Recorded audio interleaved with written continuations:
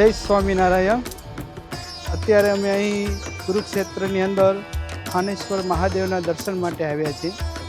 આ થાનેશ્વર મહાદેવ પ્રાચીન કાળથી અહીં વિષ્ણુ અને બ્રહ્માજીએ શંકર ભગવાનની સ્થાપના કરી હતી।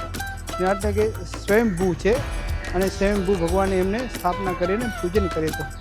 ત્યાર પછી જ્યારે કુરુક્ષેત્રને વિશે પાંડવો અને કૌરવનું યુદ્ધ ચાલુ હતું ત્યારે ભગવાન શ્રી કૃષ્ણ અને પાંડવોએ પણ આ શિવ જે થાનેશ્વર મહાદેવ શિવલિંગ છે એની પૂજા કરી હતી। આ પ્રાચીન કાળનું મંદિર છે। આજે કચ્છના ભક્તો અહીં દર્શન માટે આવ્યા છે।